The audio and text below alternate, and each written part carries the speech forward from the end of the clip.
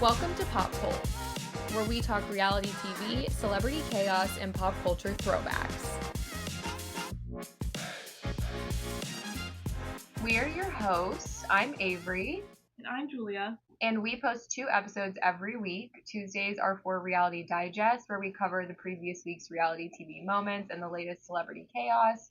And Thursdays are for the Fame Files, where we revisit defining stories throughout pop culture history. And today is our second Reality Digest, and we are going to be talking about many, many things that happened this week. I feel like there was a lot. There was a lot that happened this week. First of all, I have to release a correction because I made a grave mistake, and I will never live it down for myself. I quoted a musical last week, and I said it was from Legally Blonde. No, it was from Mean Girls. We were filming for a long time, in my defense. Yes. I think I was tired. But I said never weigh more than 115 as like a little funny quote, and I said it was from Legally Blonde. Trash. No. It was from Mean Girls, and that's my bad. I apologize. Never even would have picked up on it if it makes you feel better. I've been thinking about it all week. It's my one thought. Okay, well, the other thing that's exciting is that we are in person today because Julia is visiting me this weekend in New York, and we're recording this while it's a little rainy this morning, but we're hoping it's gonna stop so we can go out and do some things. But we're excited to record our thoughts on our shows in person. I know, it's very exciting. I like it. I know, it's more fun than looking at each other through a Zoom, essentially. Yeah. So the first thing I saw for this week was, I'm gonna butcher her name, but Deanna Giulietti, I'm guessing? Yeah, so Deanna what? Giulietti? Giulietti? It's like basically your name, It is my more name. Italian. Okay, so the first thing I saw this week was Deanna Giulietti. I can't say it. Deanna Giulietti is engaged. She's engaged.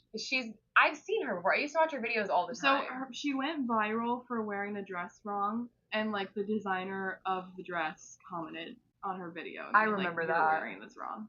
So funny. But she is the girl. She does like the ooh ta da. Like that's how she says outfit of the day. Yeah.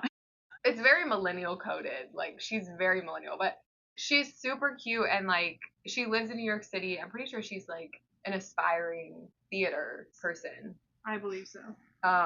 But she got engaged to Chase Berge. I don't know who that is. I don't think he's an influencer. I think that's just a regular person. A fiance. Yeah, she's like been around for a while. So congratulations to her. She's like one of the few influencers that I actually feel like is a down to earth, like genuine person. I think so too.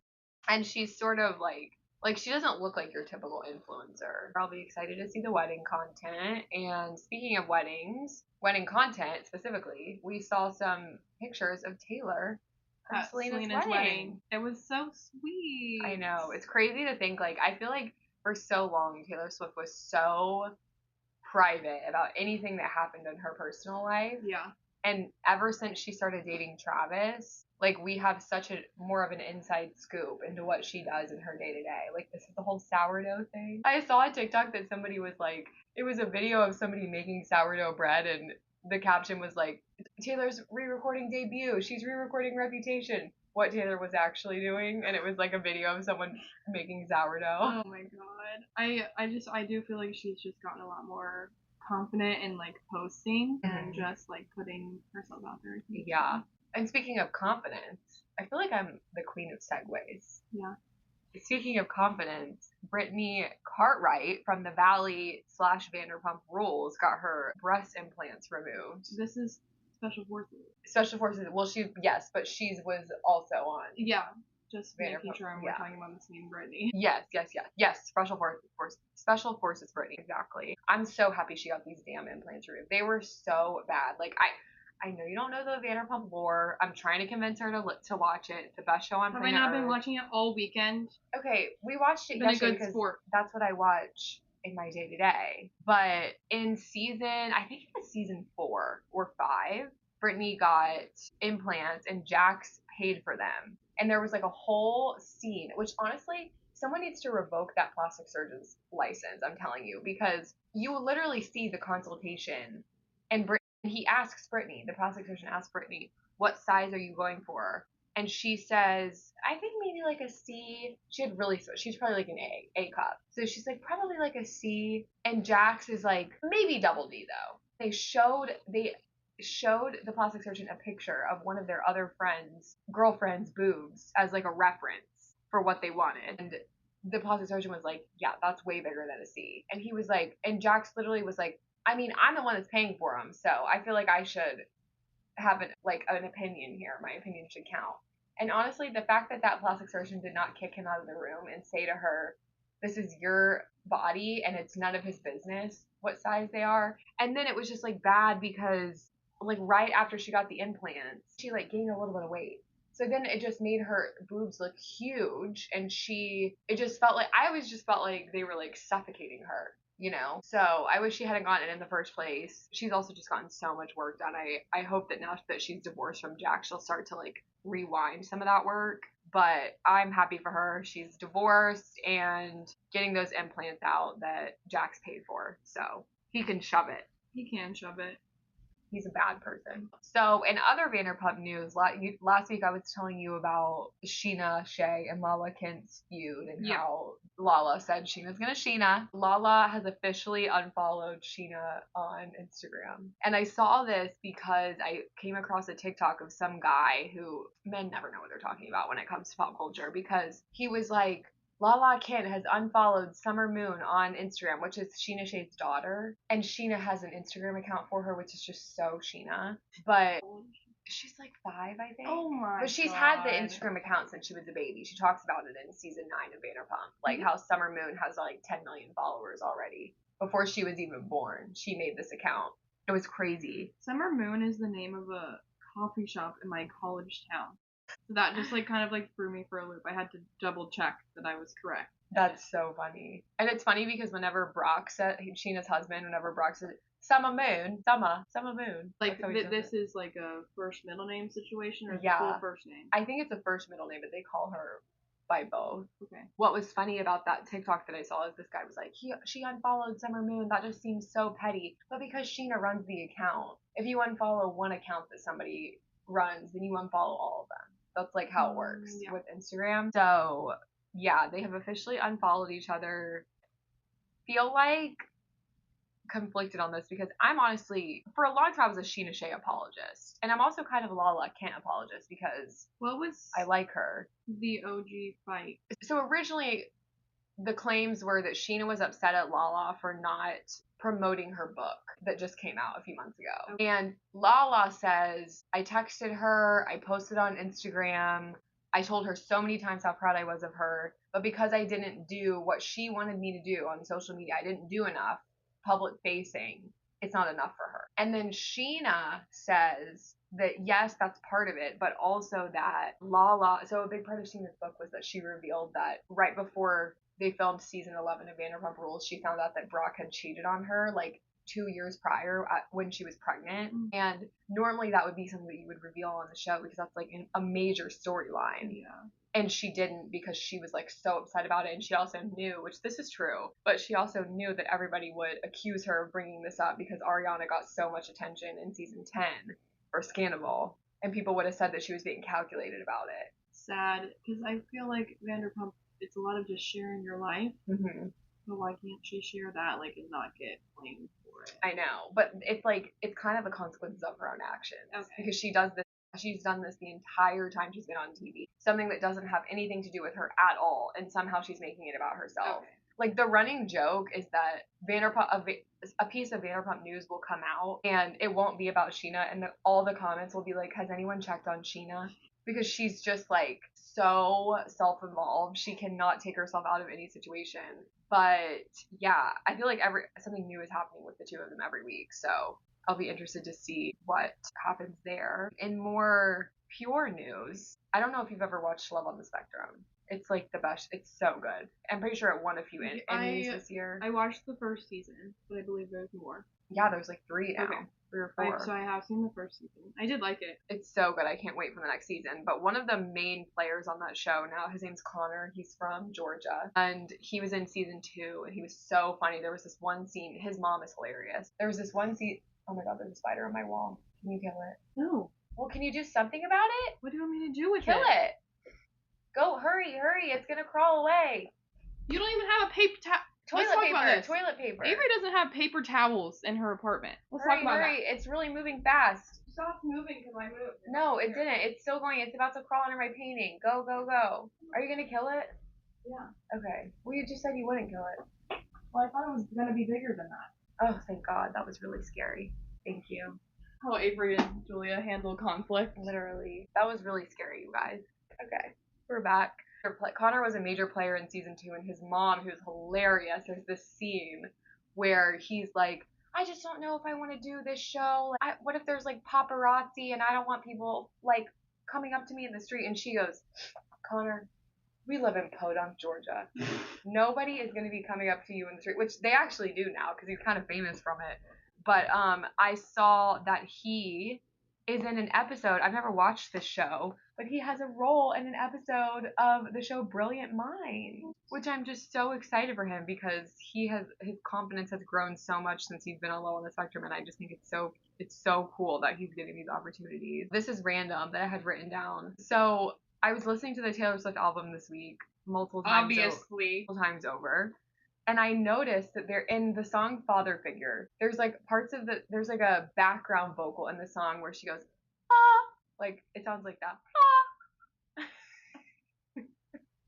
Okay. And it sounds, if anyone knows what I'm talking about, it sounds like the ahs that they put in Real Housewives of Salt Lake City. Like, and it'd be like, ah, ah, ah, ah, something like that. And it's so identical, it trips me out every time, and I just had to throw this in here. What a parallel to pull out. Maybe she's an undercover Salt Lake City. That's what I'm saying. I'm like, did she watch an episode of Real Housewives of Salt Lake City and she was like, that's what I need? Yeah, well, here's the thing, like, in Opalite, she uses a lot of wording that a lot of people, book readers, I know you're not one of them. I don't really read, to be honest. I read pop culture news, but nothing else. Are thinking that she almost is kind of like talking about these two characters in this book called Fourth Wing, and everyone's like, is she like a fantasy reader? Probably. And she probably is, but she'll never say it. I wish she would, though. She probably reads a lot. Because she flies a lot. But yeah, so she's a Fourth Wing enjoyer, according to Opalite. Allegedly. From the lyrics. Allegedly. Yeah, everything's always alleged around here. Also, speaking of Taylor, I saw an interview, I think, of her talking sort of about the album controversy, and she basically was saying, like, art is subjective, so everybody's entitled to their opinions, but I don't even really care what you're saying about it because talking about it is helping me. Yeah, she's like, in the first week of an album release, good or bad hate is getting views. Yes, exactly. She has no issues. It's like also so weird to me though how people like will listen. She's like one of the only artists I feel like that even people who don't like her music will listen to her albums when she releases them because they want to have something to say. Yeah, like I feel like no other artist is like that. If I don't like an artist, I don't listen to their album. Or if I just don't like their music, I won't listen to it because why would I don't waste my time with it. I know. But I think it's so weird that people do that. And speaking of her enemies, I got an ad on TikTok, which I had seen an ad for this show literally months ago, for a new show on Hulu called All's Fair that Kim Kardashian has like a major role in. No, like as an actress? Yes. Oh, okay. Yeah, it's like a drama, and I'm so excited for it. It looks really good. It has like I think it is Sarah Paulson is in it, Kim is in it. Oh, well, that's why Kim's in it.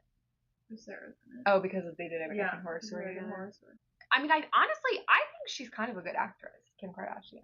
I don't know if she's been in anything that I've seen. I wanted to watch American Horror Story, and I never did. But apparently, her and Emma Roberts did fantastic. So. Yeah.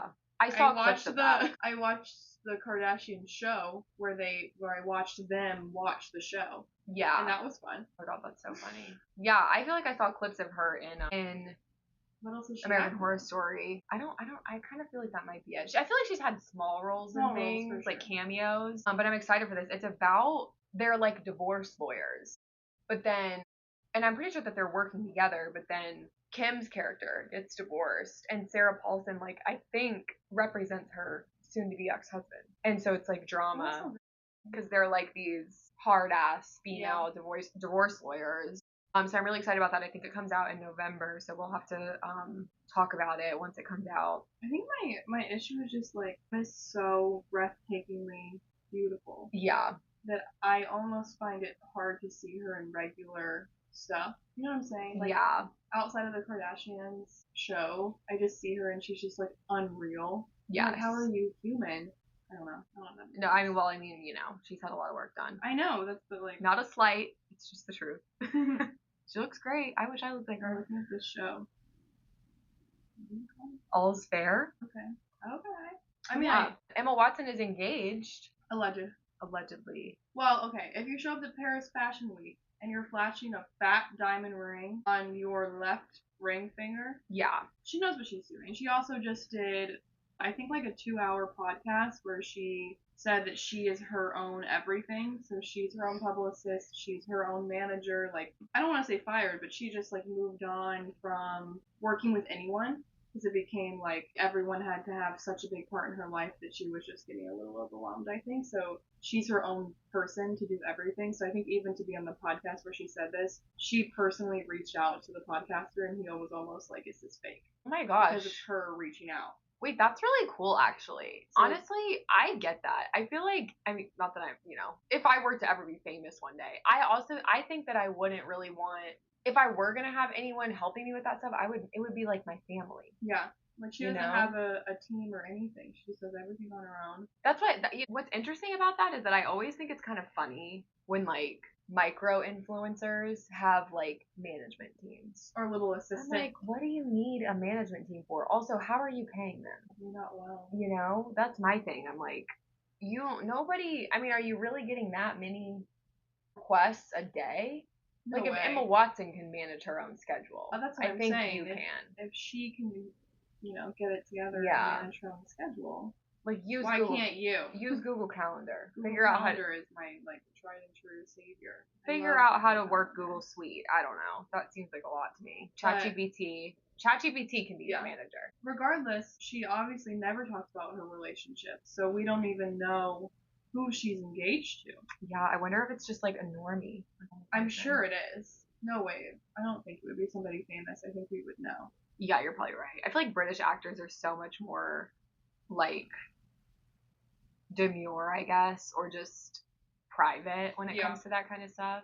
Going back to the Kardashians for a little bit, I thought this was funny. I saw a picture of her. Kris Jenner went platinum blonde. Oh God. She looks so much like Kim after whatever she did to her face. Well, I don't know what she did to her face, but she prayed to some kind of gods. I feel like she sold her soul for that. That was like a deal made with the devil, just like Supernatural, and in 10 years' time, she's gonna wind up dead. Yeah, I mean, I hope not, but yeah. Well, that's what happens. But you're saying, like, if this were, you know, if there were magic involved. Yeah. It reminds me of, I saw it when I first moved to New York, I went to go see a Broadway show on my own one weekend. It was called Death Becomes Her. I love that. Yeah, and, like, that's basically the plot of the movie, or the play, is, like, they're paying for eternal youth. But it doesn't come without consequences. No, nothing does. And that's kind of what I feel like. Well, and then when Kim wore what I'm assuming was a wig to Paris Fashion Week that I sent you a picture of. Oh, yeah. When it was like a pixie cut, and everyone was like, is this Chris? And no, it was Kim. They look so much alike. It's so funny. Macy Neely, from Mormon Wives, her book has been released. It's called Told You So. Are you going to read it? I'll probably listen to it. It's like on Spotify Premium. I do want to read it because I'm interested. Like, I know that she's had a lot happen to her. Like, her first husband died. But I'm interested because it's like, obviously we know that about her, but I'm interested. She had to have started writing this book before the show was even filming because it takes a long time to write a book, as I would assume. So I'm interested to see what she feels like she has to share, you know? Just because, you know, I mean, everybody could write a book about their life.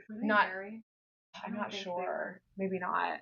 Because I think they were in college. Mm-hmm. Yeah, I think it's interesting. Like, I think the book will probably be good. I think she's very smart, and I'm sure she's a great writer. But I think what I'm skeptical on is, like, other than, obviously, this tragic incident that she went through with her first child's dad passing away, I think it was a car accident. Yeah. Like, what does she feel like she needed to write about in a book? I think just probably grief and then having to raise your son alone.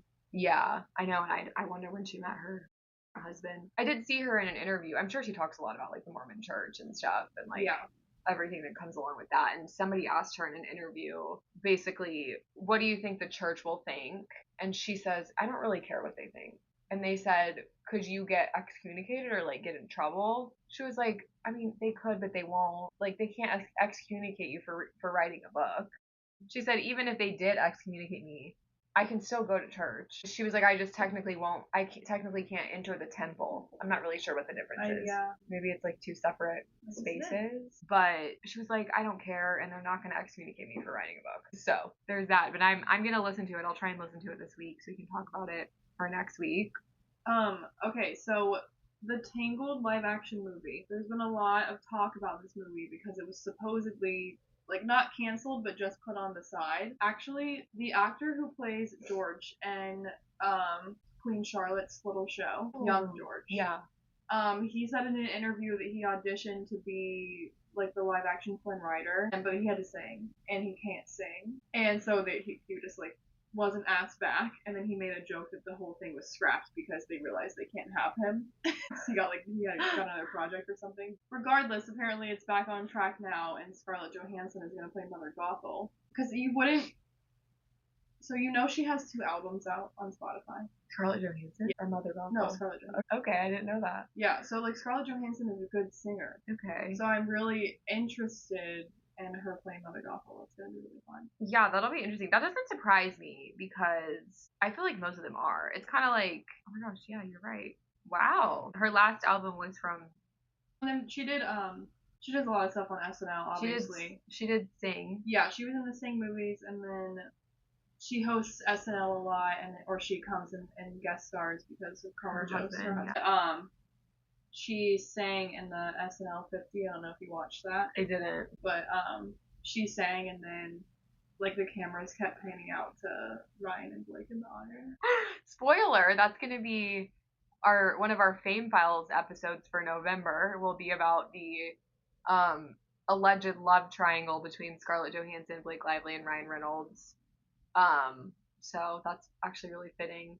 I'm surprised that they didn't pick someone like a bit older to play Mother Gothel, because technically she is old. Well, yeah, but she's supposed to look young. I know. I'm just the whole thing. I'm like, Tangled is like one of my favorite Disney movies. I love the music from it. I used to watch it like every single day. I adore when it came out. I adore everything. I had the DVD. Yeah, so that's exciting. I wonder if Mandy Moore will play Rapunzel. Not to sound Hollywood, but she's too old. Oh, that's a good point. I was just thinking because she voiced her, and yeah, that's true. And the guy who voiced Flynn Rider, as much as I love his voice, he gives me the ick in real life. I think he's also very controversial. I have to look at his name, but he played a superhero in some like dumbass superhero movie. There are so many dumbass superhero movies. Hey, don't knock all superhero movies. This one was bad. It's like Shazam or some shit like that. Yeah. Oh yeah, I could see that. Zachary Levi, but I don't know if he's been canceled or if something happened. I'm feeling this like in my head, like I've heard something about it, but okay, we'll look into it and we'll follow up. But I do think that unfortunately Mandy Moore and Zachary Levi are too old to be playing themselves in Tangled or playing their characters in Tangled. Yeah, baby. So I thought that was hilarious. And speaking of magical movies. Okay, so I don't know if you guys grew up watching Wizards of Waverly Place like I did. Did you? Yes. So there's the new show that I think David Henry, he stars in it and then he's producing it. I think it was like his project that he came up with, and then Selena Gomez has been in a couple of episodes. I watched the first season. It's just very much geared as like a kids show, so I just didn't really find a lot of interest in it. Just because I'm no longer their target demographic. Right. And so, but apparently, in the second season that has come out, they killed Alex Russo. So Selena Gomez's character is now canonly dead. That's so crazy. In Wizards of Waverly Place. Massive spoiler. I'm so sorry, but I just felt like that needed to be talked about because that is insane. Why would they do that? Clearly, she just did not really want to be in it, but felt like she wanted to make a cameo for the legacy of it all. Well, that's fine, but just like, I don't know, move away. Yeah. No, I get it. Have to be dead. Yeah, or like they could have done a storyline that she like lost her powers or something. I don't know. You don't know. Yeah, but that sort of wraps up our pop culture chaos. So let's get into some shows. Do you want to start with Love is Blind? Yeah, I have like 8 pages written on it. Yeah, something that I do want to say in relation to Love is Blind is apparently, if anyone watched season 7, I believe it was the DC season, Steven is suing Netflix on the grounds that they withheld food and water. Like you were saying last week. Yes, and I do think that they have been sued for that in the past, in the early seasons. But then I saw Marissa, also, I think it was her name, Marissa, also from season 7 of Love is Blind, with Steven's season. They were not together, but they were on the same season. That she said, I don't know if she has a legal background. I actually think she was in school to be a lawyer. So she made a TikTok about it and was saying, she was like, this is absolutely not true. Like, his claims are false. But, so you said that last week before Steven has the lawsuit, so where did we hear this before? It was from, I think, season 2. Her name was Danielle. Okay. Apparently she was having severe mental breakdowns. She was like asking for a psychologist and they were not letting her see one or something like that. It was like bad. And I think that I will give this to them. I think that after all that happened, they made a lot of changes. Yeah, I think I would need a therapist on site. Yeah, and I think they did have a therapist on site, but I think that even maybe the therapist wasn't enough, was like immorally practicing. But I don't think that that's the case anymore. And I think, honestly, Steven got not even a horrible edit, because it truly was just his actions. Mm-hmm. But he did not come out of that season looking very good. He cheated on his fiance after like literally 1 week of being out of the pods. It was just like disgusting behavior. And her name was Monica, and she was like the most iconic person on that show. So it was really disappointing, but I will try and keep up with that lawsuit and what happened with it. What did you think about this next set of episodes? I was so glad to finally be done with that, whatever that vacation was. The honeymoon? Yeah, that needed to be over. I needed that to be done. Mm-hmm. It showed me a lot more sides of each of the couples. Like, I'm no longer very confident in KB and Edmund. They were not doing well. But I did gain like almost a newfound confidence in Megan and Jordan. They didn't start off well because she was being a crybaby about the fact that they didn't look like a power couple. That was an interesting thing to say. That was so weird. But they, other than like the house hunting situation, they came up a lot stronger to me. Agreed. I agree. Yeah. I think I would be quaking in my boots to be someone's stepmom. Like, I would never do that. No, that's like such a big thing to take on, and she's like, to give her credit, she's just really like going for it. Yeah, she seems like ready, and I mean, me personally, I am just shocked that a $2.5 million house is within her budget. She goes 1.5 to 2. In his eyes, he was like, oh my God. And I mean, I do respect him for being like transparent about not wanting to become a burden on her. But I think it's like, I don't know. If I were her and I had clearly as much money as she does, I wouldn't care. I think I would be understanding of the fact that he does have a kid, and so that's going to put him in a kid with a severe medical issue, nonetheless. Yeah. And so that's going to put him in an extremely different financial positions than a woman who has only had herself to pay. I mean, maybe I don't know. I mean, I'm making an assumption here, but she's only had herself to pay for. She runs her own business.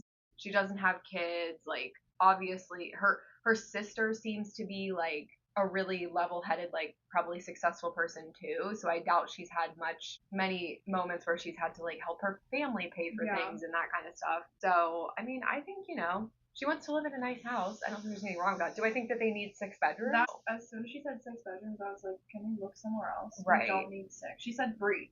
I know. And then the realtor's like, this is a 6-bedroom house. I know. I also thought it was interesting. I didn't realize that she was living in LA. I didn't either. I thought that was like, how are you on the show? Yeah, I guess they probably scouted her, and she probably was like, I'm moving back to Denver, but I have a house in LA right now. Yeah, so that was interesting, but it's almost like convenient in the sense that they can just get a new place together and not have to figure out if they want to move into one that's already existing. Yeah. His little 1-bedroom house where he paid for the bedroom. I know, that was so endearing. I wanted to sob. That was so endearing when he just seems like such a good person. I don't know. I just feel like I really hope he doesn't prove me wrong, because I always think this about people on this show and then they end up being actual shit stains, the men. God. But I have hope in Jordan because he just seems like, I don't know, like he seems like a good dad. He seems like a good partner. He's so funny. Like he has such a funny sense of humor. I feel like there was an instance in maybe like episode 7 where he was like joking about Nick. Like it is so obvious that none of them like Nick. It's hilarious.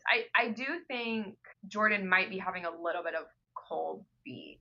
Cold feet in the sense that he expressed his concern with feeling like he was mooching off of Megan and he didn't want to feel like a financial burden to her. Yeah. And I do feel like the finances will end up being their downfall. Yeah, I agree. Or the situation with Luca's mom. Although, I don't know, I think that Megan is reading it. I mean, I think it's good that she's skeptical.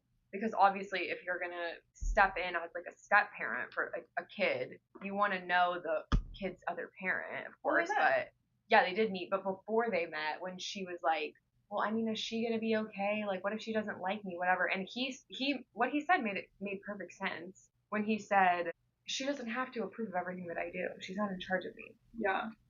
And then he said, she didn't introduce me to her now husband.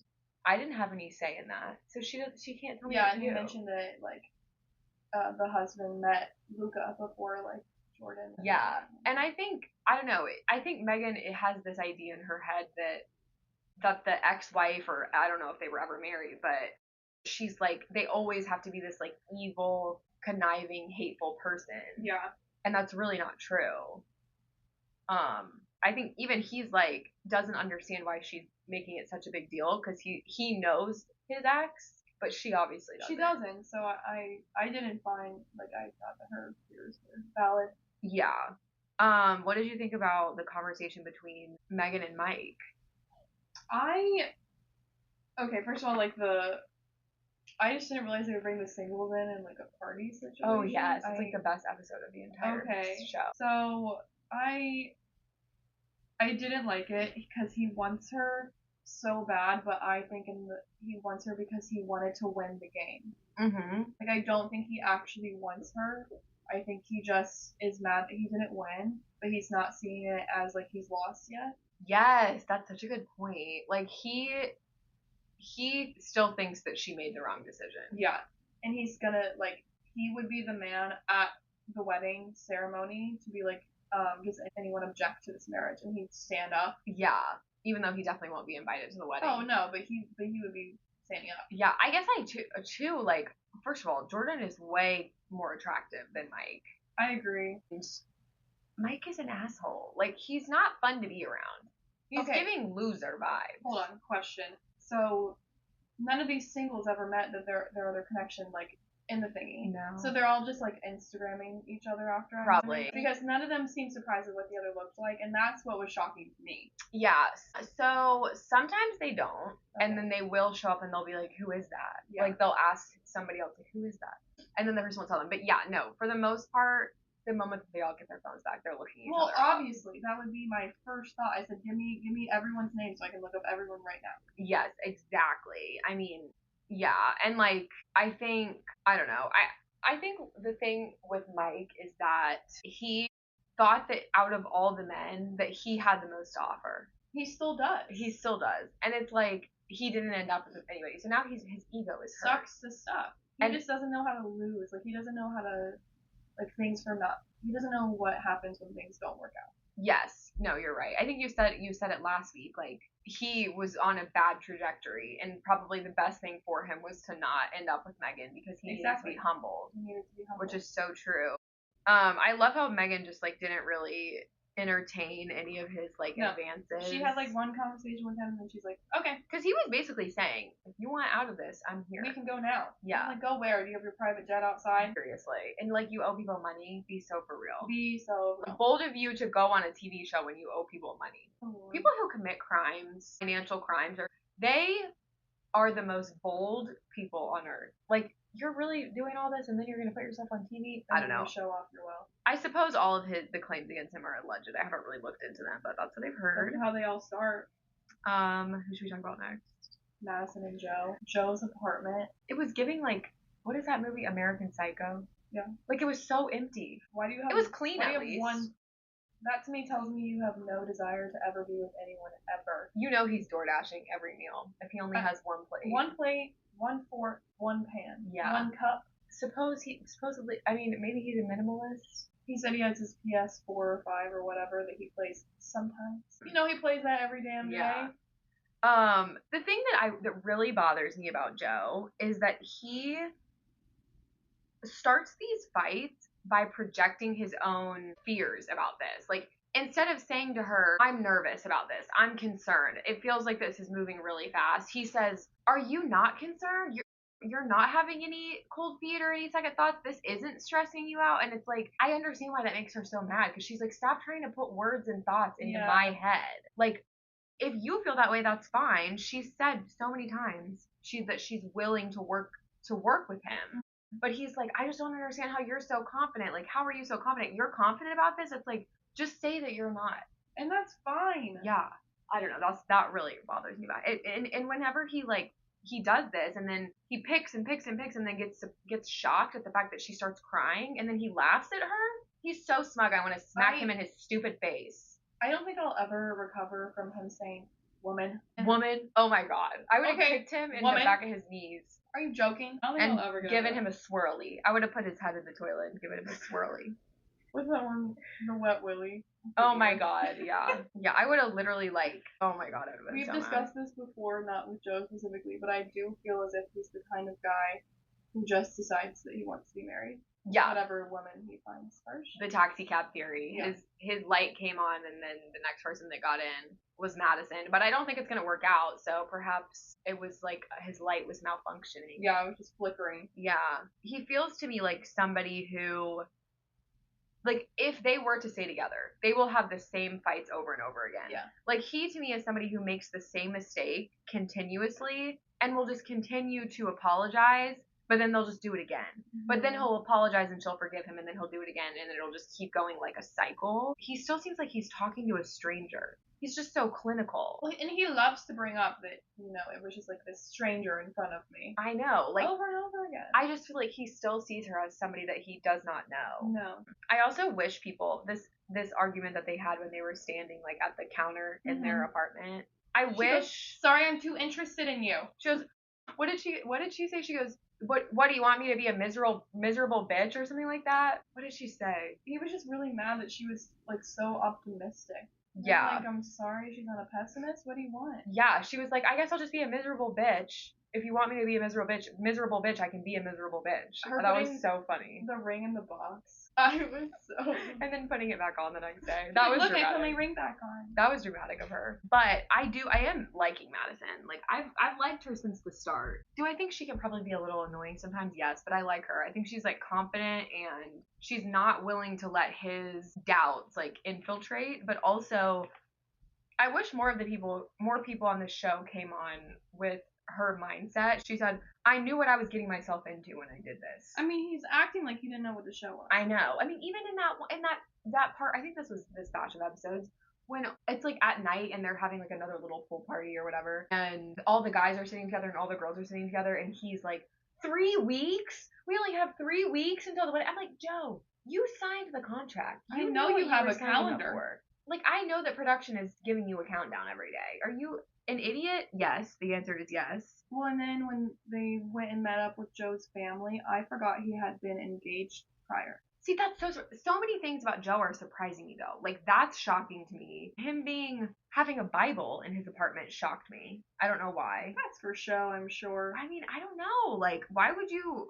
I don't know. That was a big ass Bible. And also all the self-help books. I mean, they're not working. He needs to investigate some new authors. I don't think he's ever opened one. I know. He owns a lot. It's like, I'll get to this later pile, It's his TBR. To be read. To be read. You're so right. I just feel like I can't get a read on him. Like, it went really well with his family. It did. I can tell that Madison is really she's good with people. She's good with parents. Yeah. But it just feels like he's trying to convince himself. Like, it's like he can't believe that things are good. Yeah. And I said it last week, I'll say it again. I really think it's because he's stuck up on her weight. I agree. Which and I don't is think creepy. he needs. I don't know what I'm trying to say.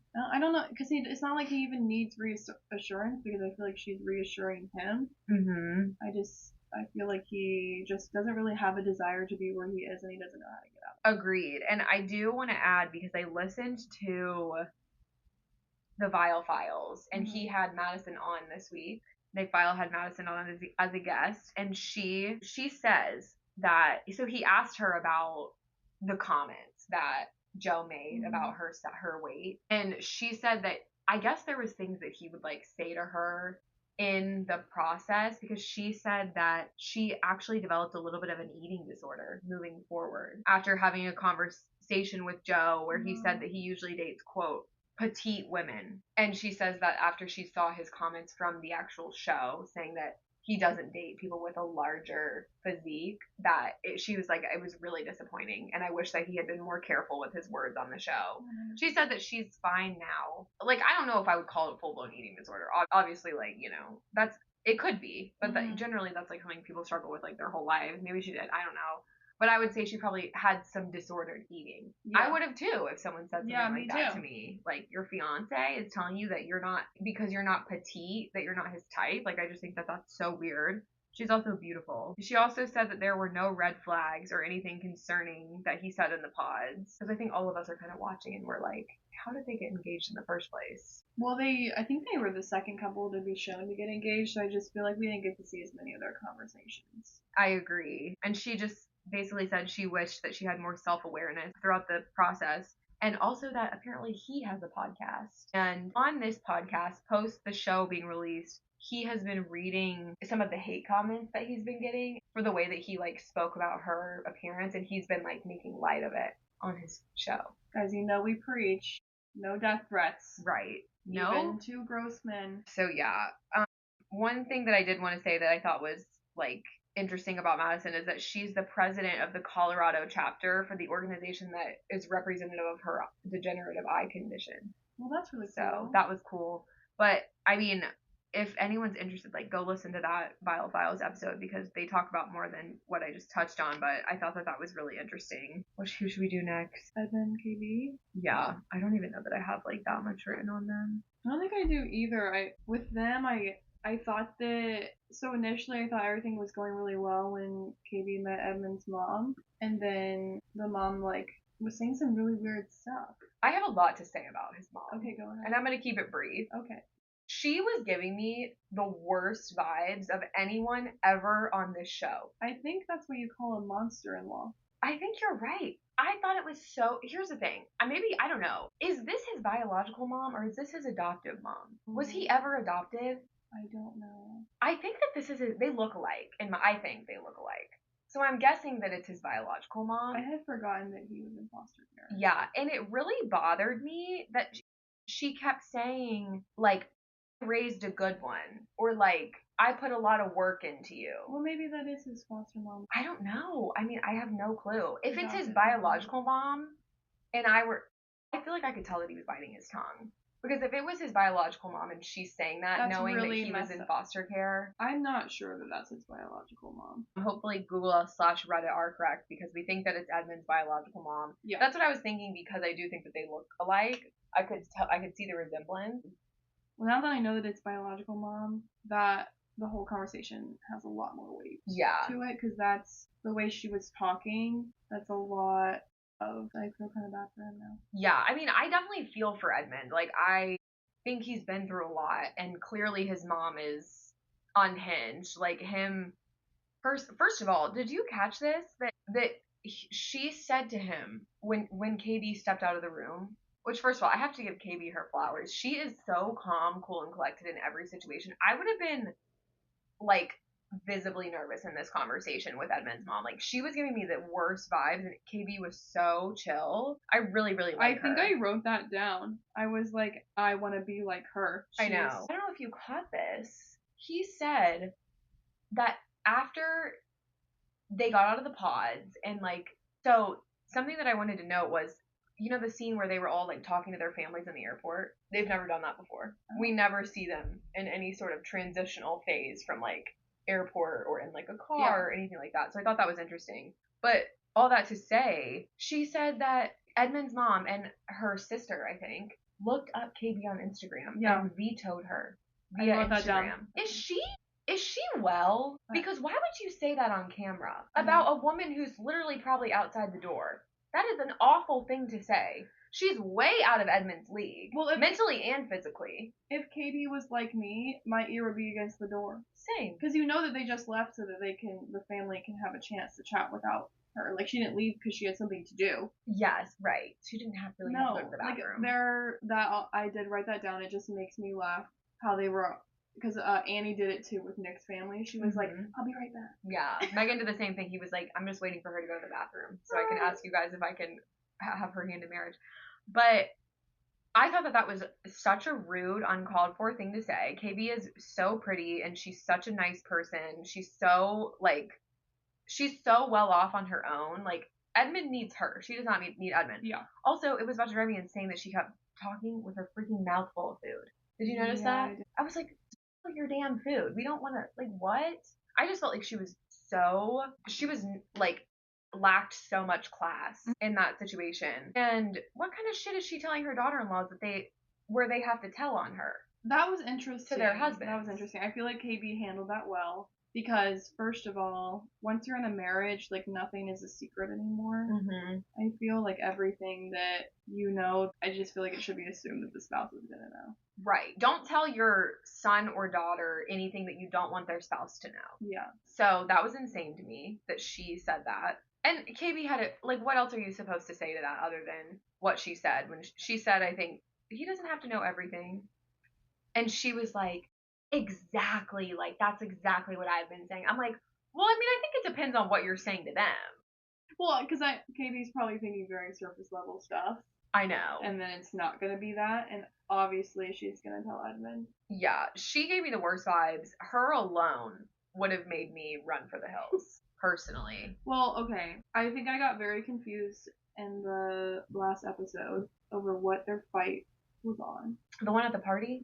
That was weird to me, too. I was literally thinking to myself, like, Edmund is starting to give me the worst vibes. Why is he picking this fight with her? What did he say? I don't even remember. Let's Google it. I don't know if I wrote anything down. I didn't either.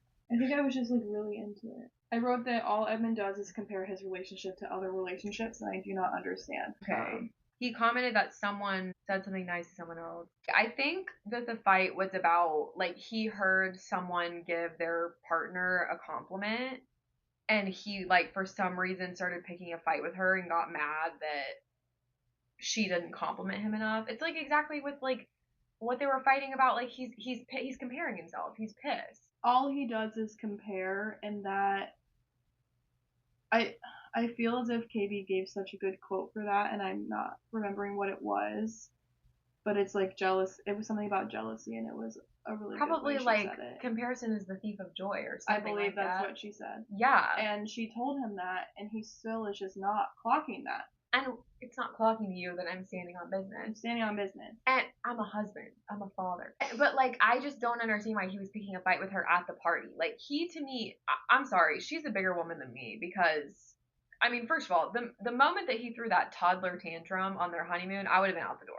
Out the door. That's bizarre behavior. Like, get me a boat because I'm sailing away. I know. Like, someone call me an Uber. I'm out of here. But yeah, I don't know. I honestly, it's like painful to watch him for me. So I kind of hope that they break up soon because I just don't really want to see him on my screen anymore. I don't either. He should have not been on this show to start with. He's not mentally fit to be on this show. Can we go back to Megan and Jordan for like 2 seconds? Yeah, of course. One, the chicken. Oh my God. What was that? I feel like we should have been given a warning, and a barf bag should have come with that. Yes, agreed. And also, like, that paralleled with the fact that he doesn't know what burrata is. And then my other thing that I was going to say is I really loved him meeting Megan's family. And I recognize that we won't get to see Megan meeting Luca or Megan meeting Luca's mom, which is totally fine. I wouldn't want my son to be on TV. I know, either. but I really wanted to see that. I would have That's never happened before on the show. Loved to have been a fly on the wall.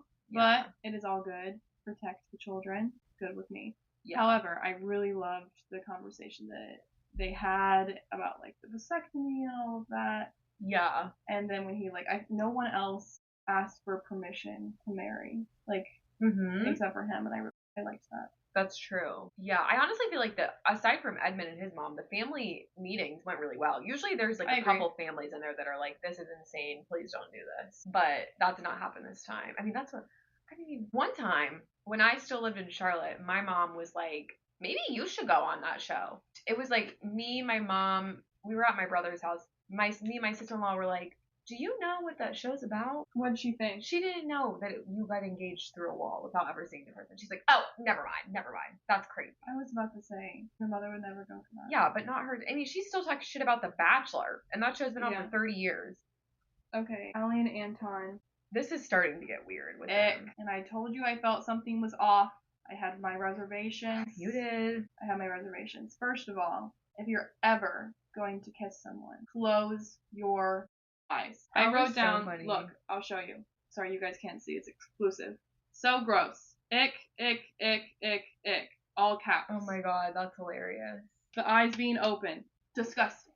That's so funny. I kind of felt like with that, she was just trying to like it clearly has gotten the ick from him. 100%. I do love that they're both working the night shift. I feel like that's very nice and like convenient. Yes, that was a Similar lifestyles. What does he do? She's a nurse. Yeah. I don't know what he does. But the weird thing is that he comes home after his shit and then drinks beer at like probably what I would assume is, I don't know, 8 a.m. But like, you have to think about it in the sense that it's no different from us getting off work at 5 or 6 and having a glass of wine. I know. I do think it's different though. Like, I understand that that's his night, essentially.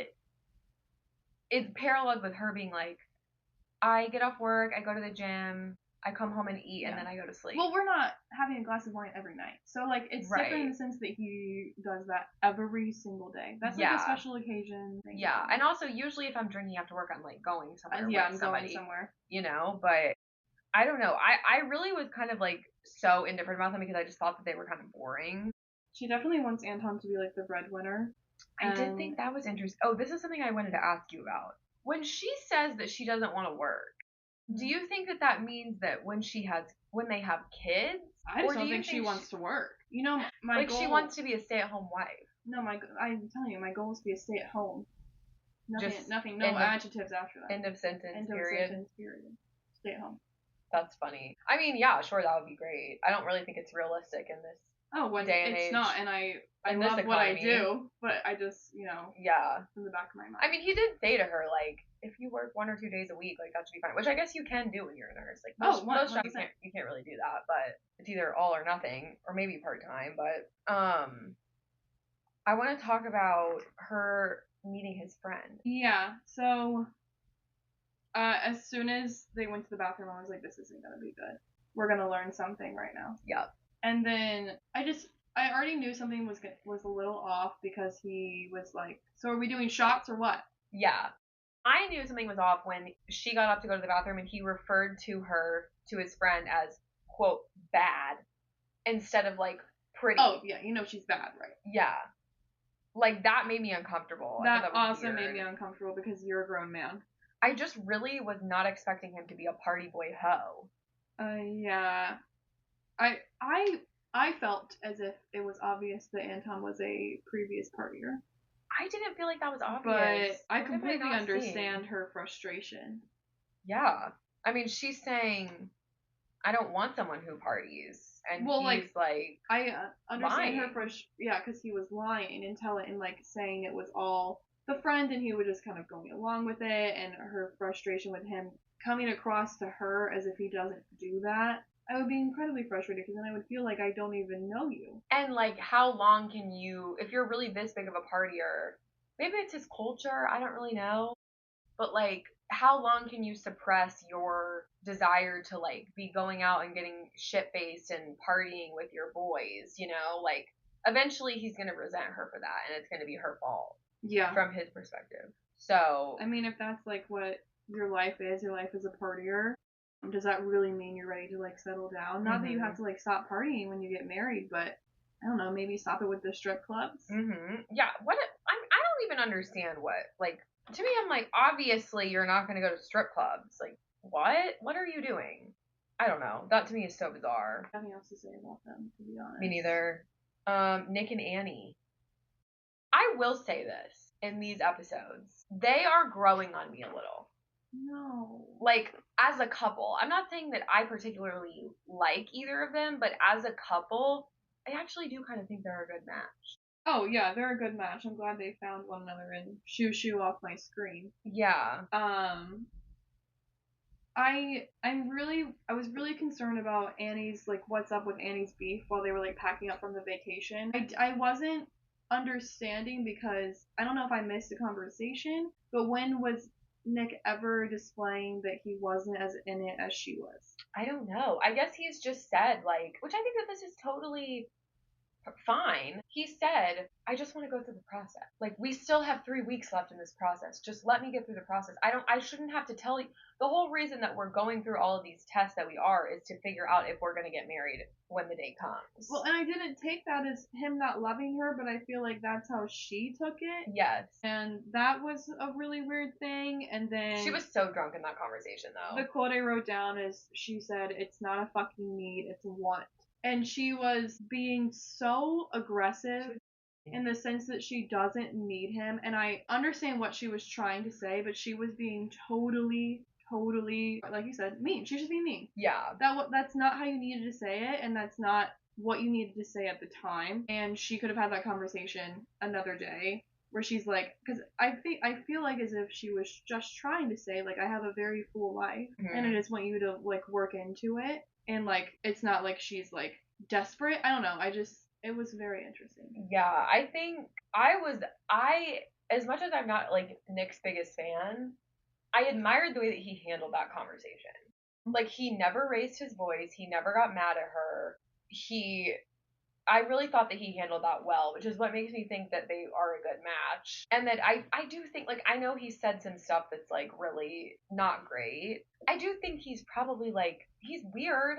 And maybe there's more to him than we know about, because, I mean, Joe at the cast party being like, I mean, what the hell was he even saying? That was so confusing. He was like, oh, I don't know. Nick, well, I mean, you know, Nick's fine. He's not my type of guy, but hey, I mean, you know, he was acting insane. He was, but there's something about Nick that we don't know, other than the obvious that he's essentially homophobic, apparently. So. Yeah, that was weird. But I'm like, is there something else we don't know that everyone hates Nick for? Or is he just annoying? I mean, that's enough. Like, that's enough to hate Nick. But also, is he just annoying? He probably is. He could just be annoying, you know? He gives hardcore annoying. Yeah. I will say in episode 8, he says he never wants to stop dating you even after we're married, and I love that, because I feel like a lot of the times that doesn't unfortunately happen, but in the sense that they're so, like, actively going out to dinner, and just because they live together and they're married doesn't mean you have to stop activities, and I like that. I think he's really creative. Like, I was having a really hard time connecting him to all of his outdoor hobbies when they went to his house.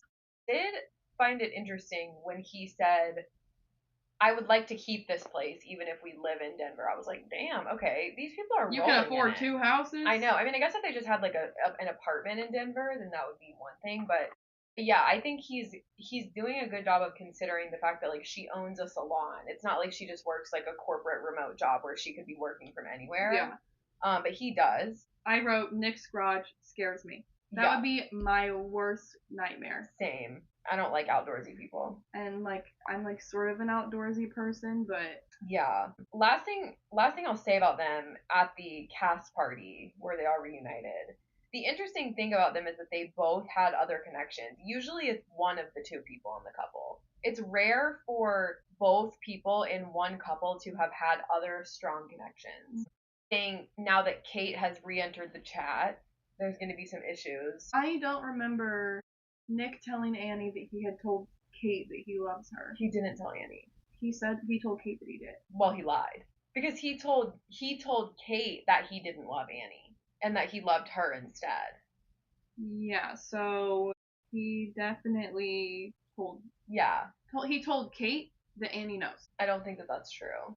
Yeah, I was like, they didn't put that on the screen. And yeah. They did. So there's that, but I'm also not really sure why Annie felt the need to continue to talk shit about Brendan when she saw him. That made me angry. She was being mean to him. Like, I think she's still just a little bit her ego's bruised about that, which I'm not really sure why, because she's the one that ended it.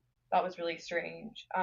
But the most interesting thing about that cast party, I thought, was Anna and Patrick's conversation. Yeah, I agree. She clocked his shit. This is why I don't like Patrick. Well, because you brought it up, you were like, if Anna was your number one, why didn't you just leave? Like, he wanted to just be on the show. And she said that. She said, he literally said to her, like, he was not understanding what she was trying to say to him. And she said, Patrick, do you understand why it's hard for me to believe you? Because you told me that you loved me and then you went and got engaged to another person after telling me that you didn't love her. And he literally said, well, I mean, I wouldn't have done that if you had stayed. And she said, exactly. You just, like, you're proving my point. That's why I don't like Patrick, because I don't think he's genuine. He's telling Anna that if she had stayed that he would have ended up with her, but we saw him propose to somebody else. Yeah. You cannot get more insincere than that. This is why I really don't like him. I don't think he's a good person. No, or he's just, like, trying to be on TV. I think he was just trying to be on TV. Yeah. So, if you're so dead set on Anna, why on earth did you choose Casey? Like, stop saying Anna was always your number one in the back of your mind. Yeah. That's, first of all, disrespectful to Casey, if you guys were still together. Yes. But overall, just disrespectful in the sense that you proposed to Casey still thinking that. And Casey didn't know that. And speaking of Casey and Patrick, they were also on the Vile Files this week. Just to recap a little bit, they were on separately. And Nick Vile called Patrick a fan favorite. I do not agree with that sentiment at all. Fan favorite? I'm sure that he's gotten, like, some kind messages about the whole situation with Casey, but Patrick said, which I thought this was a shitty thing to say. This is my thing. I just think he's arrogant for no reason. Like, he said on the Vile Files, he wasn't impressed with Anna leaving because something that he values in a person that he's going to be in a relationship with is resilience. Be so for real right now. Stop acting like you were the perfect man to where the only reason that she left was that she wasn't resilient. Maybe she just didn't like you, you know? It's like he can't clock that. He also said that he was okay with telling Casey his ethnicity because he felt that if he was going to propose to somebody, then they need to understand the culture shock of joining his family, because his family and his parents are still very steeped in their Cambodian culture. So I get that. I mean, yeah, that's fair. He says that he did not know that there was footage of Casey saying that she wasn't attracted to him until after he saw the episodes. Nice. Which was clear because of what he was saying in his ITMs. Yeah. And that he does not hold a grudge because it was clear that the reason that she lied to him, I guess beating around the bush and not saying what she actually felt, was because it was clear that she didn't want to hurt him.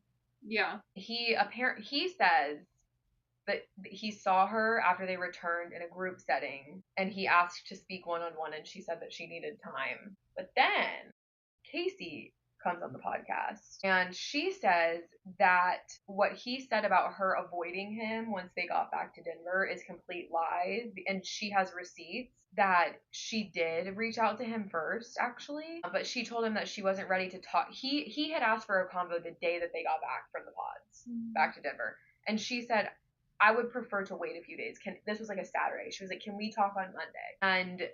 And then after that, after her saying that to him, he just texted her and said that he just wanted to be friends. And she's like, duh. Like, I don't want to be more than friends with you. I just asked you if I could have a few days. Oh, God. I just think that was his way of, like, avoiding getting rejected, you know? He then went to a group event and told people that it would have been Anna if Anna had stayed and that got back to her. He also came up to her, said group event, and greeted her by saying, hey, ex-wifey. And she left that event early because she was uncomfortable. She followed up with... Patrick said that to Casey? Yes. Oh, God. She claims that she followed up with him the next day and asked how he was doing.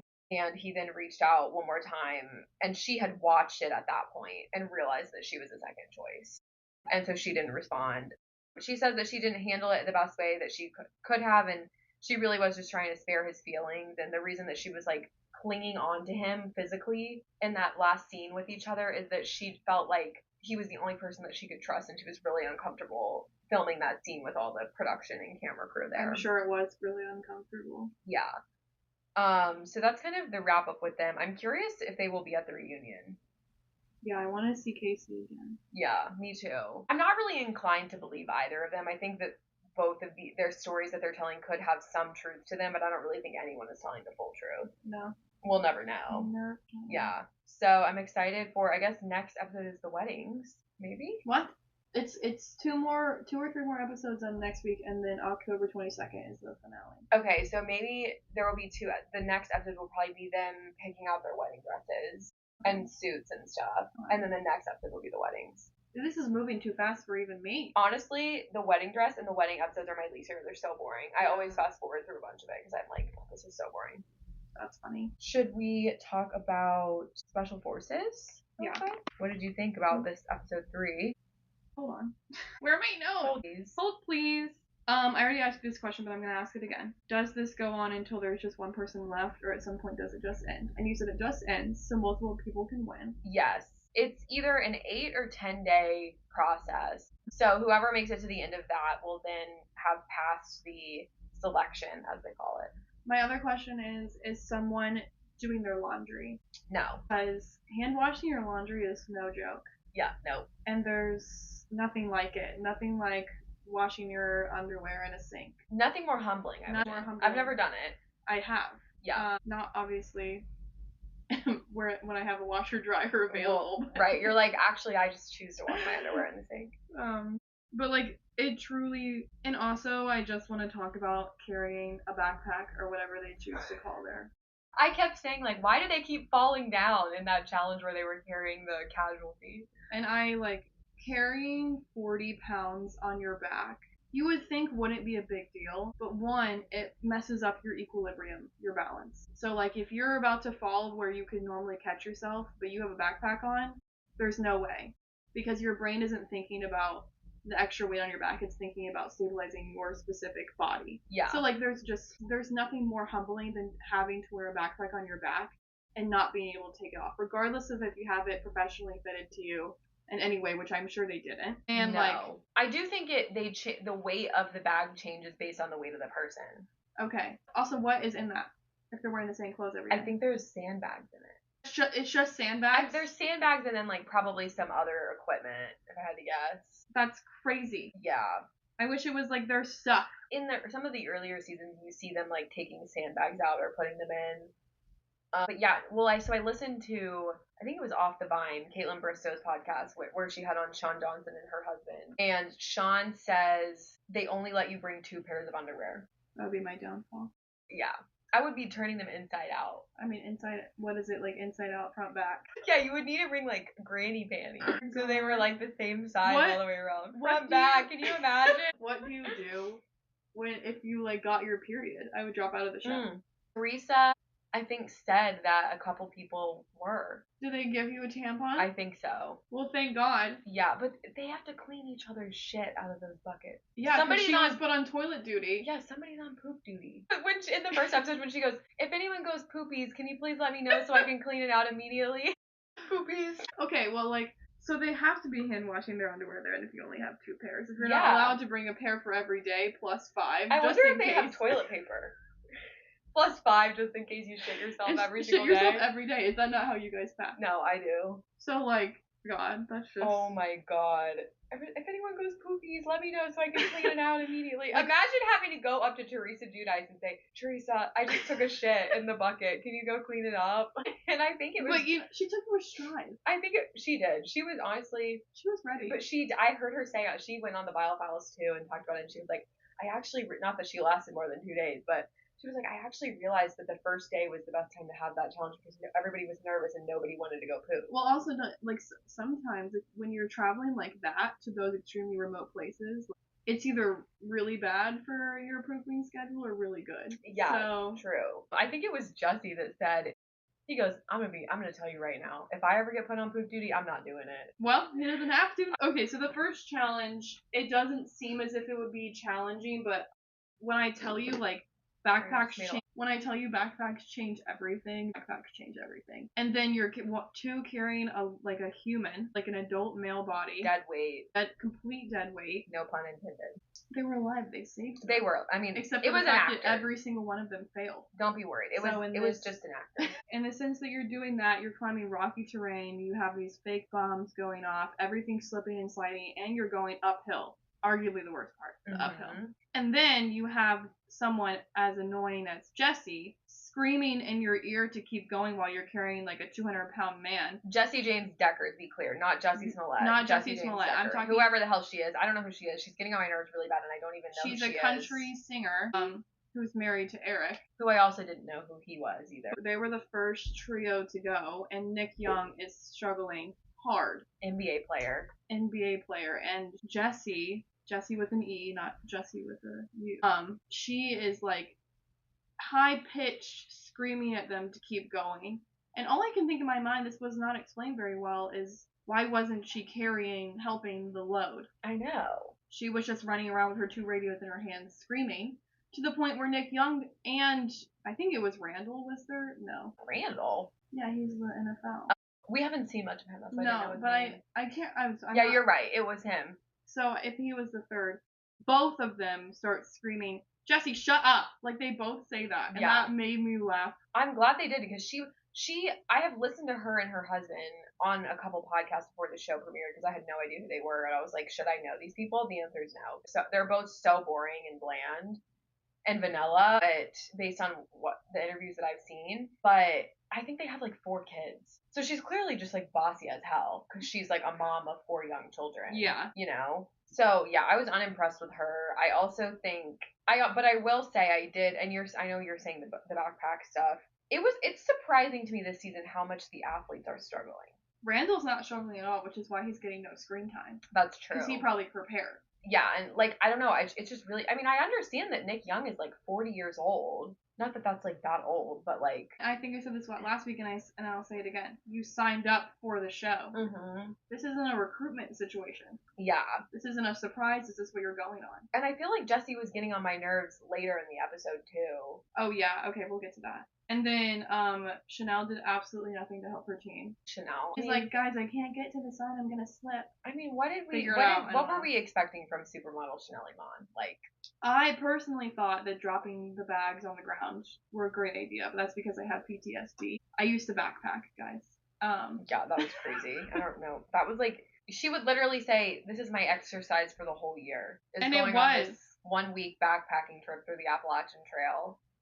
And all of us were like, why are you doing this to yourself? Like, I don't know. But it was hard.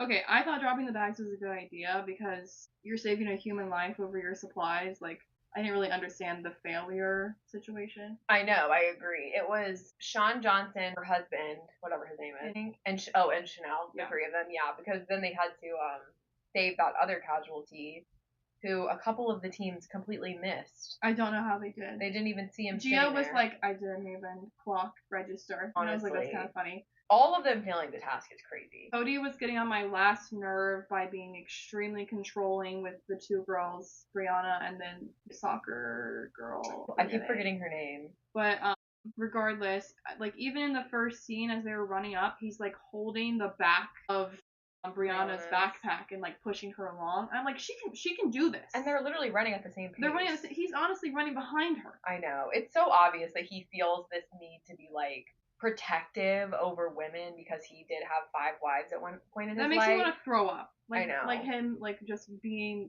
like he just like has to be in charge and like women can't do anything on their own. And then he's screaming at them throughout the whole process that they can't take a break. And then he doesn't even give them a chance to like see the other guy who was the other casualty that they needed to pick up. And so they failed the task. And then he said something that they entirely bleeped out his whole sentence. And I don't know what he said. Oh, I didn't notice that. Mm-hmm. I have no idea what he said. Interesting. Yeah, I wrote that. I want to know what Cody said that was bleeped out because it was like a whole sentence. Was it like beep or did they just like cut his audio? It was like multiple beeps. Then, this was before they started focusing on Brianna, but I wrote down because she was speaking about Zach Bryan in the car on the way back, and Cody was like, well, you have to tell us who it is. And I was like, it was making me laugh because I was like, Zach's about to sue her. I know. I mean, he's such a freakazoid. Both of them, Cody and Zach. But, yeah, I mean, I've been impressed with her performance so far. Me too. I wish that we could stop talking about her ex because I just don't feel like she is doing her any favors. She is more than Zach, and people need to move on. Yeah. She turned down $12.9 million. Go her. I would have been persuaded hard. I would have signed that NDA. I've been like, you wouldn't even need. I wouldn't even read it. no. I would just sign it. $12.9 million.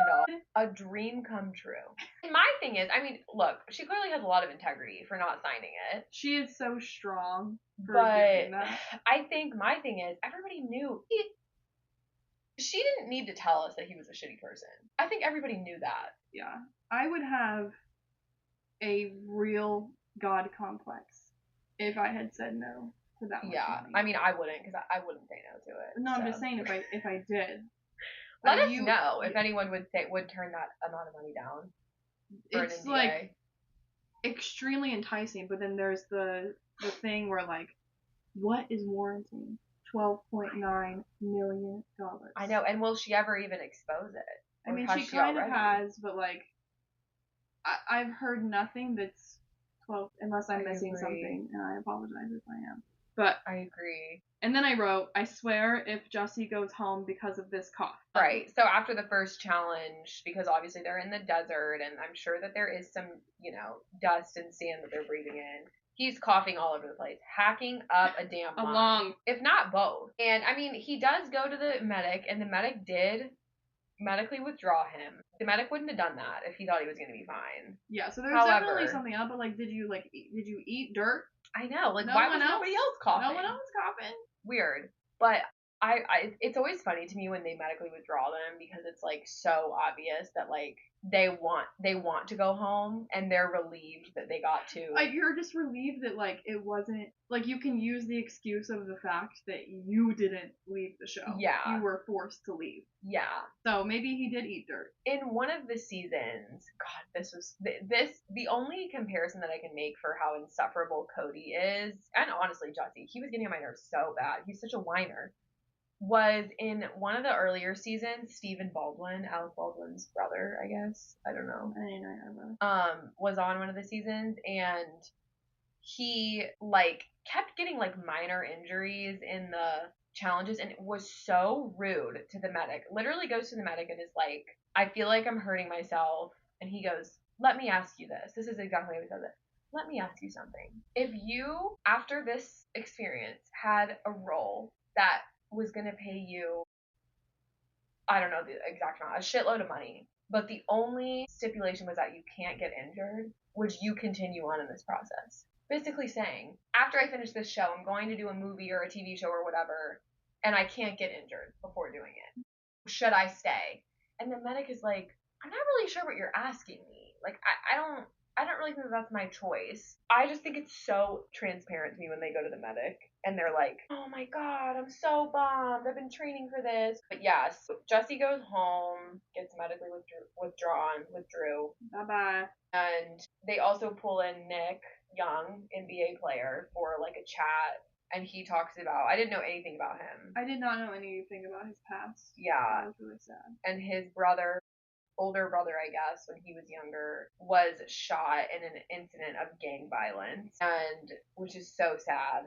And it kind of makes sense now, like why he's always like goofing off or like trying to get through the challenges with humor, but obviously the staff do not like that. No, they hate it. Yeah, I don't think that he's arrogant. I don't think that's what it is, because he hasn't passed most of the things. No, I don't know. He explained that he uses humor as a way to cope. Yeah, like he's just a goofing off. Yeah.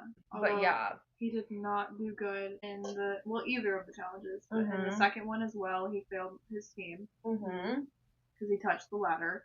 And let me tell you, I would be on my stomach pulling myself across that ladder. Like, I wouldn't make it. And I think the thing was you couldn't touch it with your hands. You can't touch it with your hands. I actually think I could have done that one, low-key. No. I don't do well with heights, and I'm also scarred from the Scream movies where they had to climb on a ladder to escape the ghost face. And then they end up dying anyway. Yep. But yeah, my last thing I'll say about this is that I'm surprised that more people haven't dropped out. There's still, 14 now? Yeah. That's a lot. Should we do Below Deck Med real quick? Yeah. I feel like nothing really significant happened. I think it's setting up for a really big fight to happen between Christian and Max. Agreed. And something I want to touch on real quick is if you have no sense of urgency, find one. Pull it out of whatever you need to pull it out of, because we need to, and not to pull a Kim K, but nobody wants to work these days. Right. Find your Including sense of me, urgency. but- I mean, what was he doing? Like, I just feel like Christian is such a shit show. He like couldn't get all the lines. We're referring to specifically the part where they're being asked to be picked up from the island, so the little boat has to go get them, and Christian like can't pull it together and get the lines off of the little boat to go pick them up, and they're waiting out there for like, I don't know, 20, 30 minutes, which is ridiculous, especially for these high-paying guests. And they're like, these guys kind of expect for like things to be running smoothly.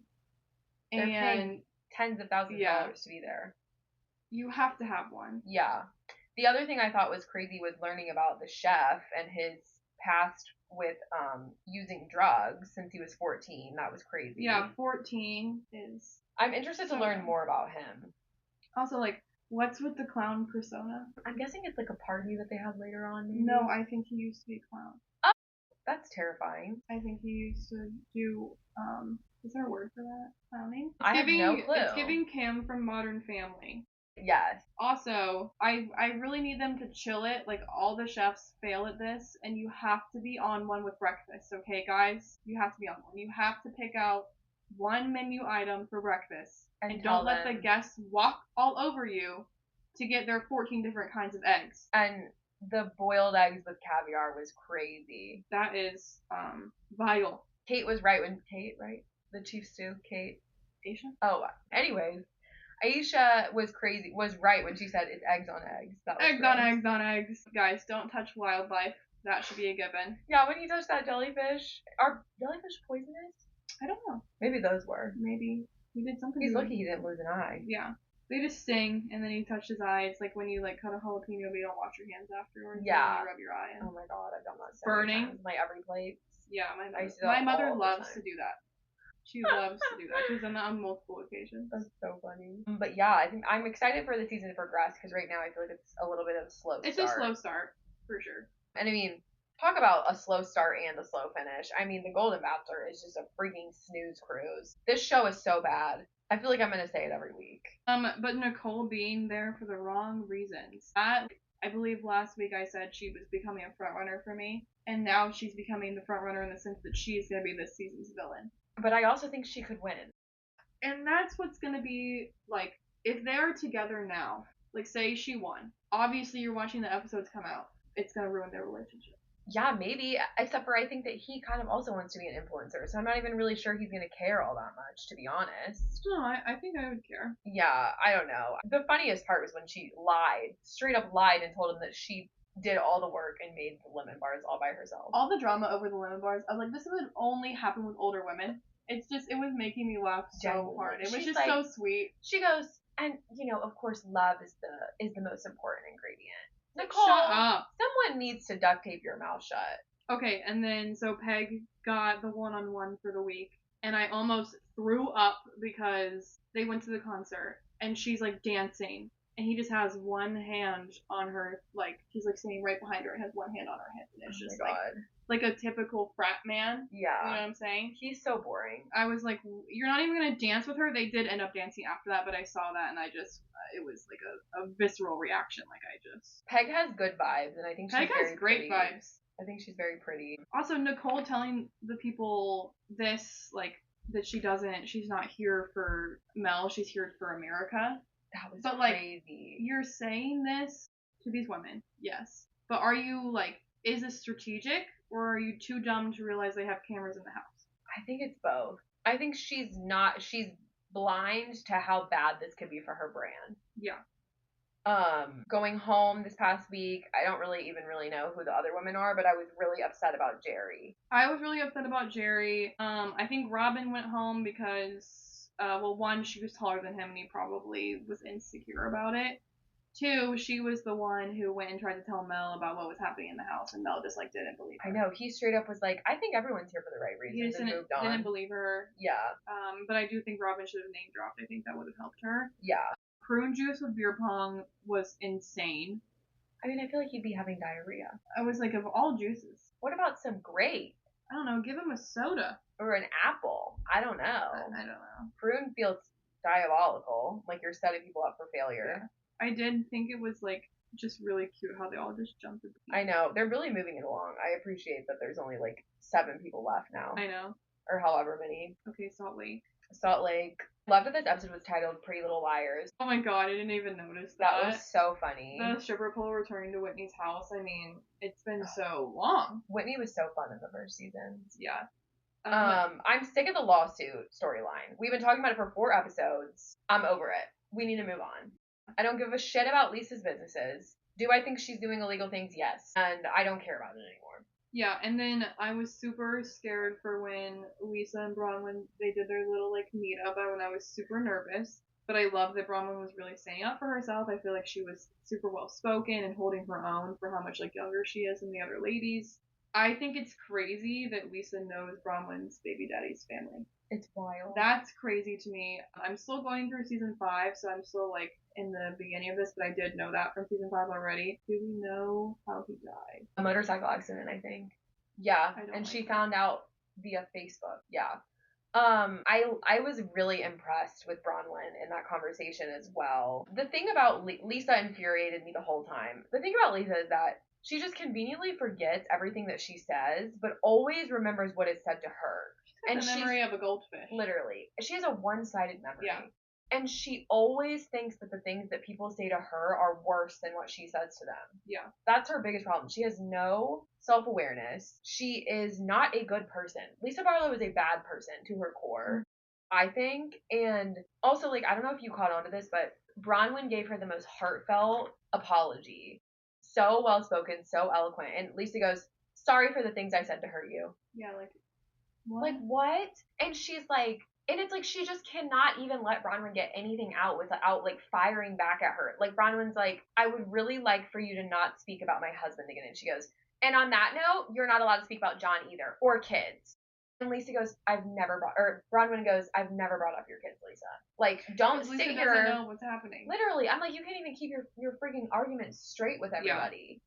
Yeah. We did get it confirmed that Jack comes home in 2 months. As if he's been doing any actual mission work in Colombia for the last 2 years. This is a message to the Mormons. Nobody needs your help. Stop going to these other countries and to random states, calling it a mission and acting like you're actually making an impact. The people of Colombia don't want you there. The people of Colombia don't want you. No. That country is largely Christian. Why are you going to Colombia? Heather talks a lot in the early seasons about how she went to Nice, France, I think, for her mission. Why are you in France on a mission? I don't know. What are you doing there? That's Seeing crazy. The Eiffel Tower.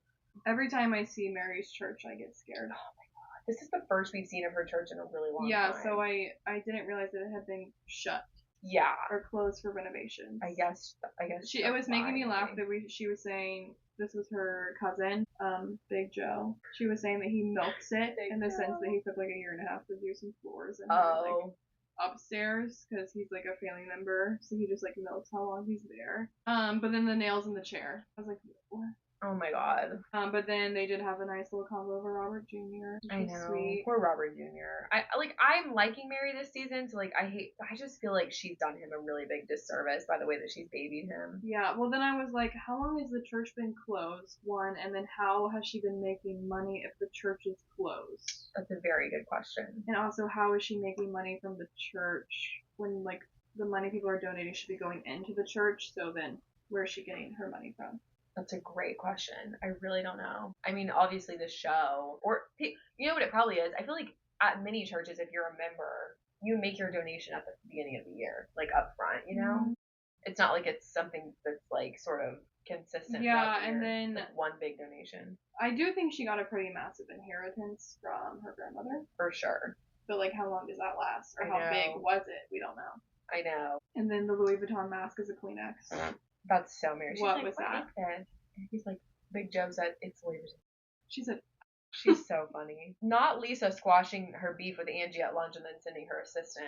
I wrote. To get Lisa's assistant picking up the hairline products, and she Venmo'd her, sorry, your salon is dusty, you should give the money to your lawsuits. That whole thing was crazy, and it made me laugh so hard. Like, this is Lisa's problem. She has to have the last word. I was just like, it's crazy. They squashed it. And Heather, I can tell Heather's getting fed up with it. Yeah, and her having to go into the basement to get the products. I mean, that was Did you so even try weird. to sell them? Why are your sons starting a hairline or whatever? So like, I think it was Lisa, and then with Jack and Henry, she released like a line of mints. Yeah, which they were not men, they were boys, so Yeah. that's still weird. And then me and Whitney together was unexpected, but they both like immediately apologized, so that was nice. But I'm sorry, it's hard to put your daughter first. What a big ask. Brittany has half of a brain cell left. What do you mean it's hard? This is my thing with Brittany. It is so obvious that she does not love her children. I know that's a harsh thing to say. She does not love them. She does not feel love for them. What's the age? I think they're in their 20s at this point. Okay. Regardless, and I don't know, and maybe this is just how like we were raised, but family is always going to come first. That's never like a question for me, and I've never questioned that. Like Jared Osmond, this washed up, who even knows what the hell he did? I don't even know who his parents are, to be completely honest with you. Like, he is so washed up. He treats her like shit. He's not even attractive. And that's who she's picking over her child? And, like, Whitney was speaking straight facts. She was like, this is your relationship with your daughter? This is your daughter. And she was trying to, like, help Brittany and saying, like, my relationship with my mom is not good. Like, you don't want that. And Brittany's like, yeah. Knowing deep down that she's never going to cut it off with Jared and her daughters are never going to like her. I mean, at this point, I just don't think that, like, Brittany could even, like, understand that Whitney was speaking English. I agree. Like, it was just so obvious to me that she does not give a shit about her daughter. She's been so detached from her daughter's life for so long. And she's like, I just feel like Olivia needs to give her daughter, Olivia, needs to give me grace too. Like, so she just wants me to sit around in my house for a year by myself? Yeah. Brittany. You're telling me you can't stop dating for one single year? Even her daughter would probably be okay with just like a few months of self-reflection. Genuinely. Like what? So she just wants me to sit inside? No, Brittany. She wants you to spend time with her. No. Not like, Jared. She wants you to not Jared's funky ass. She wants you to have your own life where you feel fulfilled without a man. It's insane. I don't know what... Like, it's never going to clock to her. She's too far gone at this point. And Whitney being like, Brittany, I'm genuinely asking for a response because it's scaring me that I feel like you don't agree with me. And I agree. And I mean, talk about, okay, I'm starting to think that it's a Mormon thing, because what is with these Mormon women being so cold-hearted to their daughters? First we see it with Brittany, and then we see it with Bronwyn's mom. Bronwyn's mom going, just because I don't tell you you're wonderful doesn't mean I think it. Right. Like, she said... And she clocked her mom's shit. She said all that, making sure that I, am doing what I'm supposed to do at BYU, and I still got pregnant. So can you at least admit that maybe your parenting style wasn't the best? No. Because clearly it didn't work. She said you were trying to make sure, BYU was trying to make sure, and I still got pregnant. Also, can we just talk about how insane her mom looks? Oh my god. Those eyebrows. Well, one thing she did say that made me laugh was, they don't have enough room in the East Wing. When Bronwyn's daughter and her boyfriend were, like, going bowling. Oh, yeah. And she goes, and Bronwyn's like, I know they're not going bowling. They're just going to be alone. Yeah. And the mom goes, they don't have enough room in the East Wing. They don't have enough privacy in the East Wing. Literally. That did make me laugh. But, yeah. like, other than that, absolutely not. That is... I mean, she literally said to her, you made my pregnancy miserable, and you did that not knowing if I was ever going to be able to have another pregnancy again, and I didn't. And her mom goes, that's not my fault. Oh my god, like, what is with these Mormon moms hating their daughters? It's really bizarre to me. I have to believe that it all comes from this, like, indoctrination into this insane faith. It's so weird to me. I mean, she's so... You can be upset. Indifferent towards her. You can be upset with your daughter and still support her. Yeah, like, and it's the way that she was, like, adoption was never an option for you. So now you're going to say on television for the world to see that you wish that your granddaughter, who you now live with, was given up for adoption. And also, I thought that in the last episode, Bronwyn had said that it wasn't, like, her mom didn't make it seem like it was an option for her to be even allowed to do that. I know. I mean, but then she's, even if I think that she was probably playing both sides of the coin, but then she's complaining about the fact that she feels like Gwen was just dumped on her, like whenever it was convenient for Bronwyn. Bronwyn's like, I was at work. Yeah. Like, and she's like, well, but I knew that if I didn't take her in, then she would have ended up in foster care. And Bronwyn said, let's not sit here and push the narrative that I would have put my daughter in foster care. I would have figured out a way to make it work. Like, how difficult it must be to have somebody living in your house that you are supporting telling you that you should have put your daughter up for adoption, that you were a bad mom, and that you're still a bad person for having a baby at 18. No wonder Todd doesn't want her living there.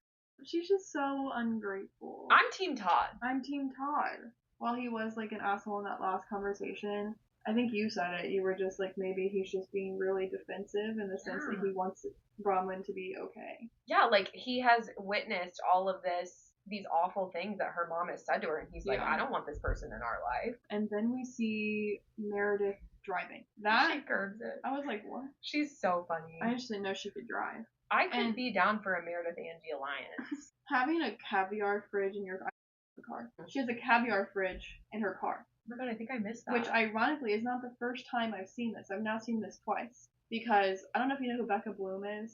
No. She's this, like, you know how they have, like, a Utah socialite that keeps showing up? Because she's essentially a socialite. Like, she's an extremely fortunate person, and she is having caviar left and right. She just got married. Her wedding was in Vogue. Oh my God. I love her TikToks. She's super funny. Anyways, she has, like, a caviar fridge situation in her, like, because she has a driver, of course. That's so funny. Oh my god. Yeah, you need to look her up on TikTok.